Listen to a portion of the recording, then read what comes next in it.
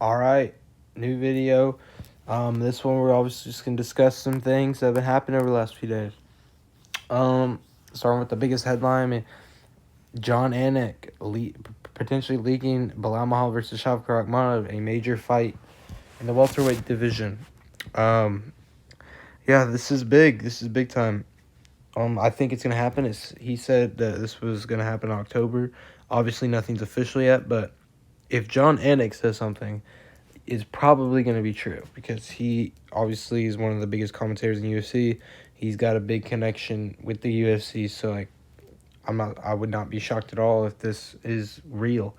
And I love this fight actually because it's been difficult to matchmake the welterweight division. It's probably the best division right now and the most competitive division. And yeah, so this is like how I see. I'm gonna explain how I see this fight going out and how I see the welterweight division, how it should go out if I was the Dana White UFC. So, Belal Muhammad. So let's just look at Belal Muhammad's last fight against JDM. Obviously, Belal lost by decision. I scored it 4-1 JDM. I mean, the rounds were competitive, but JDM clearly won that fight. Belal did not use the game plan that he was supposed to use. He's supposed to be on the front foot, not on the back foot. That's where JDM shines at, the front foot. You don't let JDM be on the front foot, but he let him be. I mean, Belal tried to box with him the whole time, and I'm not saying Belal can't box though. He also didn't box the way that I know he could have boxed. Like the way Belal Muhammad has always been fighting before the JDM fight, and why he's won and dominated all of his fights, is because, is because he's the most well-rounded fighter in the UFC along with Islam Makhachev. That's what I've been saying before. Also, he is probably fights with the fastest pace in the UFC. I just thought he did. He always fought on the front foot. He'd get in your face, make you uncomfortable, and he would pressure box you for 5 rounds straight and would not get tired because Belal had great cardio. And he would mix it up and wrestle you. He's not the best wrestler. I personally thought he was a better boxer than wrestler, but he was a really good wrestler too, and he can control you. And he would get all that control time and ground and pound you. He'd dominate. That's what domination is. He would maul you for 5 rounds straight or 3 rounds. He did this with all of his opponents. That's why the fights weren't even close. They just couldn't handle that pressure and pace that Belal set, and he's also hurt. It helps that he's the most well-rounded fighter in the division. And that's why I spoke so highly on Belal. Like if he fights like that every time, there's like no one who can beat him. Like I had him as a top 3 fighter in the UFC. Like he's up there with Islam and Elia, off skill. But if he fights the way he did against JDM, where he just sits there and swings with you, because like he could have boxed with JDM and won easily. Fight on the front foot and pressure box him. He didn't pressure box him. He just straight out boxed with him, swung with him. You don't want to get in exchanges with JDM because obviously JDM is more skilled. He's got more experience in the boxing. It's just what he's been working with. He's a more skilled boxer, and you let him take control on the front foot. That's what Belal did, and that's why he lost.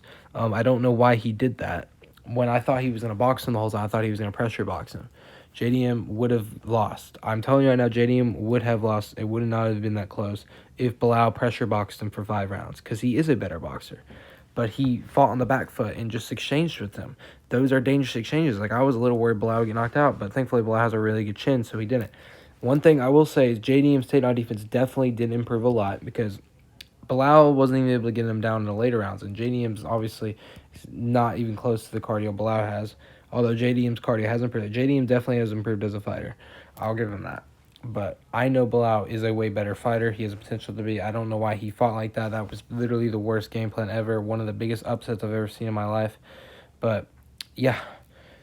Now, here's how I matchmake this fight. If Belal fights the way that he does, that I know he can fight, he will dominate Shavkat. It will not even be close. He will maul him for 5 rounds. He'll probably get a finish in later rounds, but if I had to say, Shavkat's probably improved, so maybe I'll give him the benefit of the doubt. Maybe he won't get finished, but Belal will maul him for 5 rounds.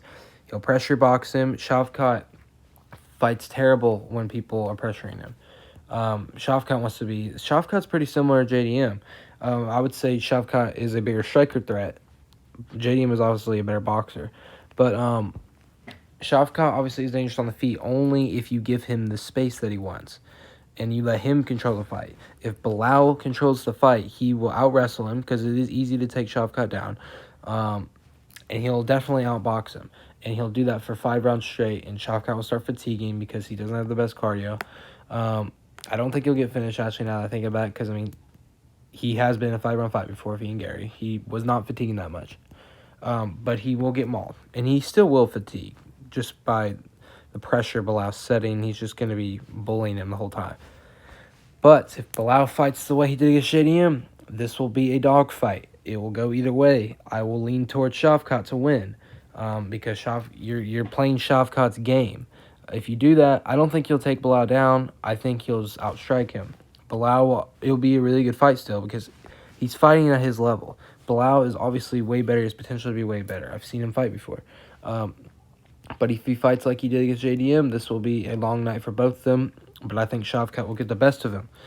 I really hope Belal comes back to his normal self and fights like the way I know he can. If he does that, this will be an easy night for him. If he doesn't, it'll be a really close one, and he'll have to go to the hospital and get all stitches because his face will be cut open a lot. He's going to take a lot of damage. Shavkat's going to take a lot of damage too, but I think Shavkat's going to win because he's playing Shavkat's game. And now this is how I matchmake the welterweight division. If Belal goes in there and beats Shavkat and fights him the way that I know he can fight with his pressure style, he deserves to fight the winner of JDM and Islam. Now, I know Islam would never fight, Belal would never fight Islam, but he deserves to. So, let's say in an imaginary world, JDM beats Islam. I mean, it's possible. Let's just say JDM beats Islam. I think if Belal beats Shavkat the way I know he can and mauls him, embarrasses him, he deserves the rematch with JDM. But I know the UFC probably won't do that because they hate Belal. And if Belal does beat him but fights the way he did against JDM in a slugfest, I don't think Belal deserves a title shot. So, it's very unlikely. First of all, it's very unlikely that Belal is going to get a title shot, even if he wins, because Islam's probably going to beat JDM, in my opinion. And I just don't ever see that fight happening. It was really screwed up. Belal kind of screwed this up for everyone that he lost. He really shouldn't have lost to JDM, but he did. And this is how the welterweight division is right now. But, yeah. If Shavkat wins, just regardless, no matter how he wins, slugfest or not, blowout or not, finish or not, if Shavkat wins this fight, he deserves the next title shot against the winner of JDM and Islam. Because he's been waiting a lot. He did get hurt after he beat Gary, so he lost his opportunity. This is why he has to fight another non-title fight, 5 rounds, in my opinion.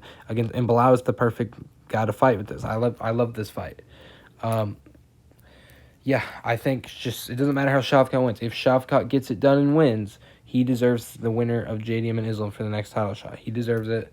And yeah, to be honest, the other solution, if Belal wins, if they're probably not going to give him the title shot, then you give Sean Brady the title shot because he's the number 1 contender. That's how I see it happening. Let Sean Brady wait this out because he has a chance to get the next title shot too. It's pretty complicated, but I think I just cooked here with the welterweight division regarding the next 2 title fights for welterweight. I think I just cooked. I think that's how it should be. Now, moving on. Okay. Hold on. More news on the John Jones-Tom Aspinall fight. So, John Jones is, just literally the most embarrassing champion I've ever seen. Is still continuing to hold the belt, and he's mocking everyone. Like, he thinks this is a game or something. He's just trying to make us suffer by, at this point, we don't even care if John Jones, we don't even want the John Tom fight anymore. I mean, obviously we want it, but, we just care if he would just strip him. I mean, it's come to the point, people are signing petitions now to get him stripped. Everyone wants him stripped. Strip him and let Tom Aspinall fight someone else, probably Volkov, for the belt. That would be a way. I mean, that's the way it's going to have to be because John's too scared to fight Aspinall. We all know he's scared. He doesn't want to lose. He's already saying that he only wants 1 fight left in his career, and he doesn't want to go out on an L. And I don't know why he doesn't have confidence. So I think he's not scared of him. He's scared of losing. and he knows Tom Aspinall is a really big threat. And this fight would be really competitive if they fought, and it could go either way probably. But obviously, we really want to see this fight. Now, Tom Aspinall just came out and said that he does now think the fight's going to happen. I don't know where he's getting that from, but he does think it's going to happen. Dana White said it's 100% going to happen too, so I don't know. Maybe it'll happen or not. I really hope it does, but I don't think it's going to happen. I think John's probably not going to fight. He's probably going to end up vacating the belt. He's probably going to retire, honestly, if I had to guess. But, I mean, maybe it will happen. I really hope it does, but he can't just keep sitting here holding the belt. Like, eventually, what are they just going to not strip him? Are we really going to go into 2026, John not fighting again? Like, do you understand how embarrassing that is for the UFC? It makes him look terrible. It makes me embarrassed to just be a fan of UFC. This is so stupid. I don't know what they're doing, but they're running out of time. It's already beyond embarrassing that John's in the fight, but the latest deadline that he absolutely has to fight is November 2025. That is the deadline where Jones needs to fight. If he doesn't fight then, you have to strip him. Absolutely have to. You just have to. If you don't, you're going to lose almost every viewer you got. That's just what's going to happen. They're already going downhill. It's going to make him go even more downhill if they don't strip him soon or if Jones doesn't fight soon. He has to fight Aspinall. He can't be making excuses saying, I'm living my best life. No. You have a duty. You are the champion of the heavyweight division. You have to do your job and defend your belt. That is your job. So, like, obviously you can have fun. You're the champion. But you have to fight still. Like, what are you doing? You're not fighting. He's so immature of him. He's acting like a child. Makes no sense. But anyways, more news. We got more some fight news added to June 14th, UFC Atlanta. Obviously, the Kamaru Usman versus Joaquin Buckley event. I'm getting really excited for that event. This summer is really stacked in general. I cannot wait for these summer events. First, we got Cody Garbrandt versus, I think it was like Raymond Barcelos or something. This is a decent fight. I thought Garbrandt was probably going to retire soon, but he's coming back after that submission loss to Figgy back at UFC 300. He's fighting Barcelos, who fraud-checked Peyton Talbot. I mean, y'all remember that fight back in January? Prelim fight, he just dominated him. He's a really good wrestler. He controlled Talbot the whole fight. And he's a pressure fighter. Like, this guy is a prospect for the bantamweight division. I think he's probably going to maul Garbrandt, probably get a finish. If not, it's going to be a blowout win for Barcelos. But, yeah, I'm definitely picking Barcelos for this one. And then for this one, we got Paul Craig versus Roman Belal. I forgot his first name, but Belal. He's coming off a draw versus Jimmy Crute back in February. Paul Craig was supposed to fight, I think, literally like 2 weeks ago, the last event. But his opponent, was it him? It was either him or his opponent pulled out. I forgot which one, but I think it was the opponent who pulled out literally like an hour before the fight. I think medical reasons, I think. But he's still in shape. He's still in camp, and he needs to fight. So he's fighting on June 14th. I don't really know how this fight's going to go. It's a light heavyweight fight, obviously. It'll probably be pretty competitive. I had to guess Belado's probably going to win. I just think he's a younger prospect. Paul Craig is older now. But, I mean, he could win. It could go either way. It'll be an interesting fight. But, yeah. So, that is all the news from the last couple days. It's heating up. Lots of big questions. Make sure you like and subscribe. And comment down your opinions or questions or comments or anything or thoughts on this video. And I will respond to all comments. And, yeah. I'll be making probably a prediction video on Wednesday for the event this weekend. Maybe another one, too. We'll see. And maybe a video tomorrow. We'll see. But, yeah, make sure to like and subscribe.